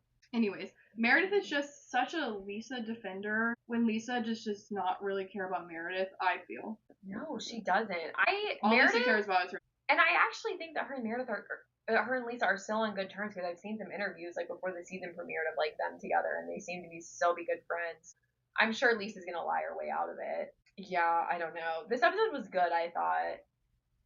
I'm invested in this season now, so I'm excited to see what comes. Yeah, I'm invested too. Should we wrap it up with Dancing with the Stars? My thought is that these episodes are too effing long. I need them to be 2 hours. Why did we need all that fluff about them at Disneyland? I don't give a shit about Disneyland. I want to see them in the studio training. I know we didn't get any training this week. I understand that it's because Disney produces this show, owns Dancing with the Stars, but I don't care about the new rides at Disney. I don't. Well, no, I just think it's because Disney Plus and ABC are a thing. Well, yeah, of course, but I'm like, it was too much. They're dating. Yeah. Dylan's dance was like, it was good. I liked it. I thought it was fun, the Cars theme.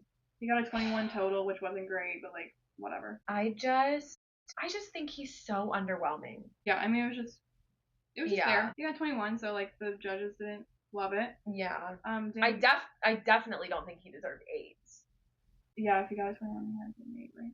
Yeah. He got maybe 2 7s and an 8. Carry the 4. That would be. Well, I don't know. 2 plus 2 is actually 6. He got at least 1 8. Okay. We don't know how to do that. Daniela was good, but she made a mistake, and I felt so bad. She looked so defeated. I actually thought her dance was cute and good. She got same score as Dylan, 21. Yeah.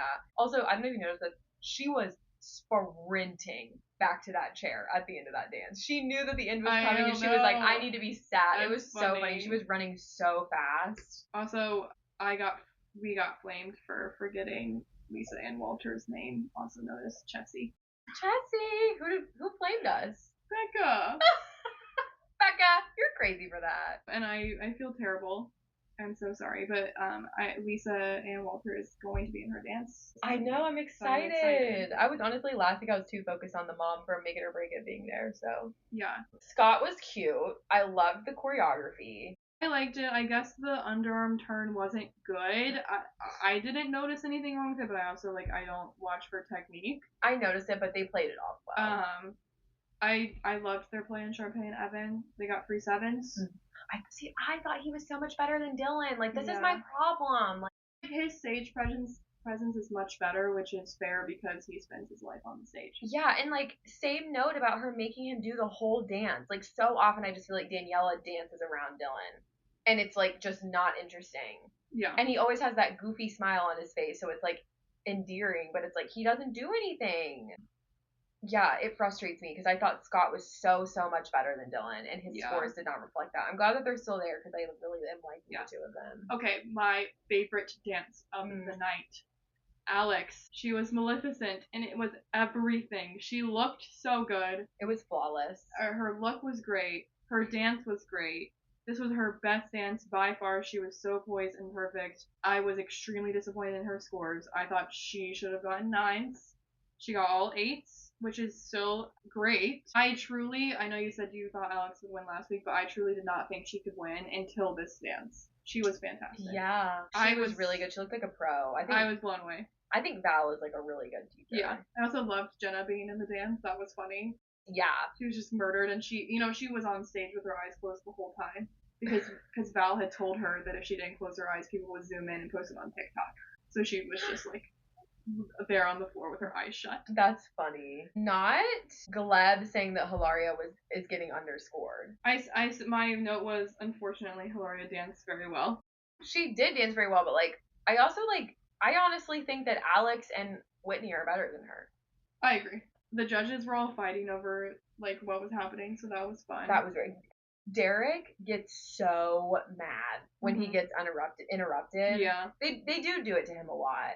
But he gets so frustrated when Carrie Ann it encroaches on his time. Also, can Carrie Ann stop calling Hilaria and Elaine old? She does. She keeps calling them women of a certain age, mature women.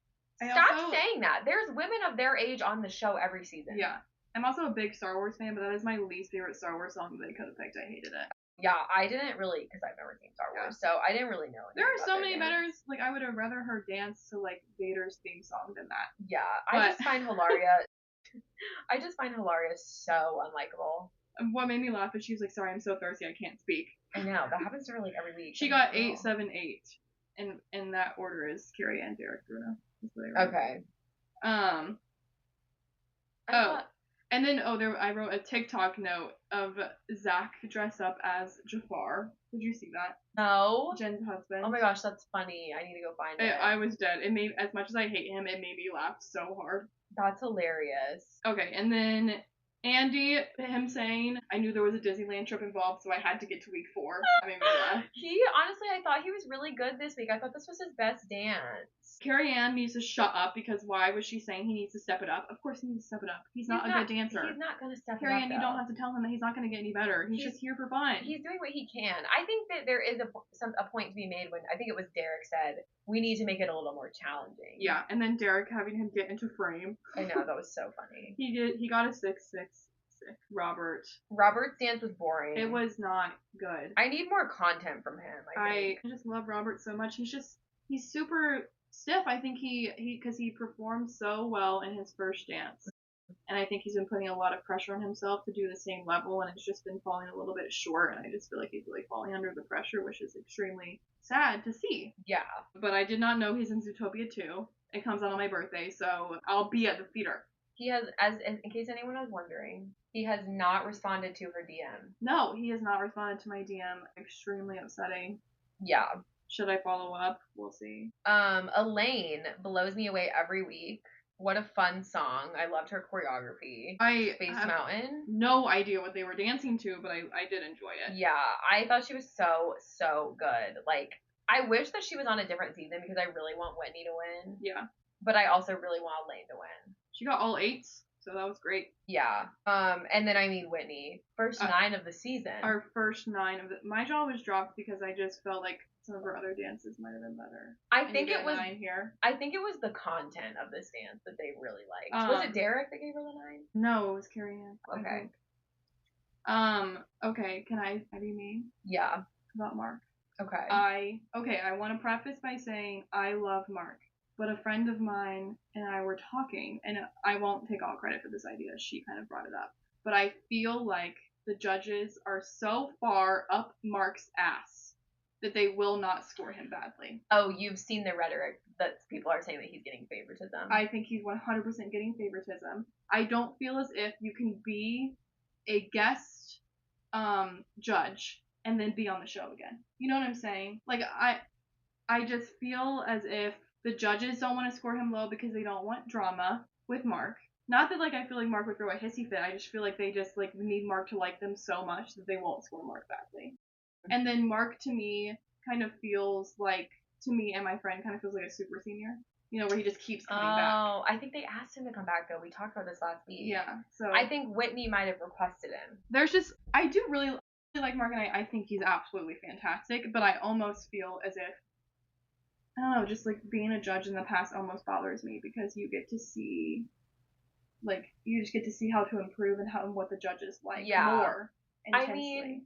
I think you could be making a good point. I think he really is just that good. I think he shouldn't get to just pop in every other season and win.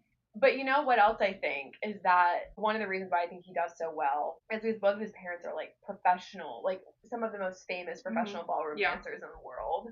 And he choreographs traditional routines. Whereas the other pros, they oftentimes get the comments of like, this is not the right, like, I needed more samba in there, or I needed more cha-cha in there. Like, it was a lot of antics, you know? He does spend the most time doing the actual dance. Yeah, and like, I heard him talk a little bit about this dance, and he was like, I'm such a theater lover, like, this dance was so much more than just the, like, foxtrot choreography or whatever they were doing. And Whitney she looked great. She was so strong in every single move. I was so impressed. Alfonso goes, that looks like week 10 to me. Derek's like, get these two on Broadway. Killed every single style. You can tell Mark comes to win. Like, I'm not discrediting that he works really hard. I'm just saying the judges need to stop, like, sucking up to him like a teacher's pet. That's funny. I'll be interested to see how that but they got a 9.88, and the 9 made my jaw drop. Jordan was really good. She's getting better and better, and I love Ezra's choreography. Yeah, she got all 8s. She was great,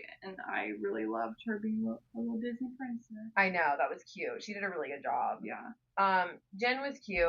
The choreography was fun. Yeah. I'm always underwhelmed. Yeah, her face is so, like, theatrical, I wrote. Like, she's very good at, like, giving face. Yeah. Like, always has a smile, always has, like, something fun going on. Like, you just want to watch her little face. And they didn't even let Bruno talk, though, because they were running short on time, so Bruno didn't even get to say anything. And then Julianne Hough kind of, like, asked, like, a mean question, that I'm not remembering it now, but I wrote, Jen shutting down Julianne was everything. Because she was like, I think we are all just having fun or something like that. Yeah, I think she said, how are you feeling about some of the negative comments? Oh, and yeah, she just, like, completely shut that down. I think she just said, like, you know, I'm taking it in stride, and, like, I just think we're all doing such a great job, and, like, we're really having a good time doing all of this. She got a 7, 8.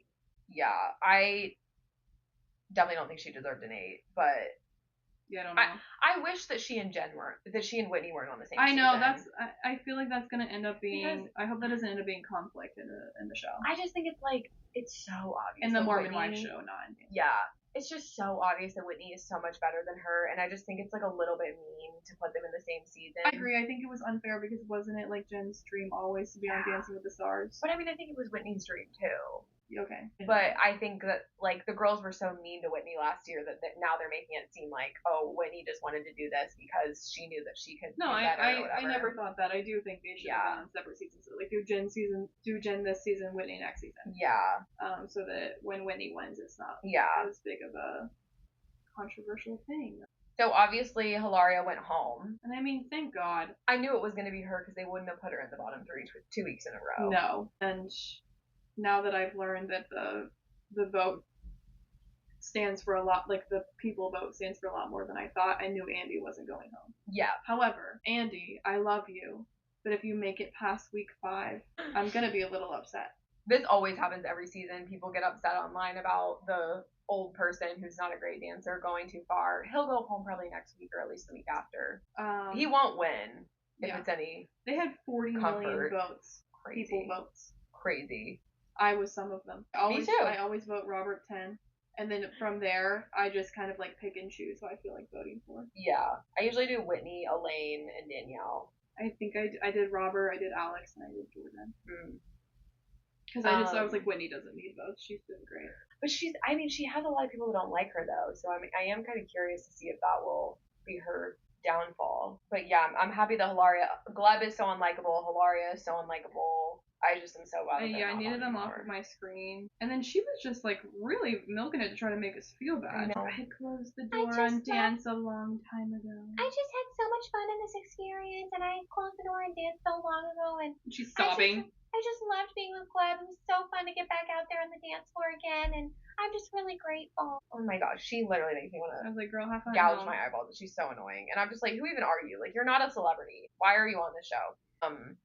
But yeah, I think that's all we have to say. On Thursday, our Fame Files episode will be about the Jen Shaw scandal. Oh my god. And I am excited. I think that not to toot my own horn, but I think I did a good job researching this episode. So I'm really excited for it to come out.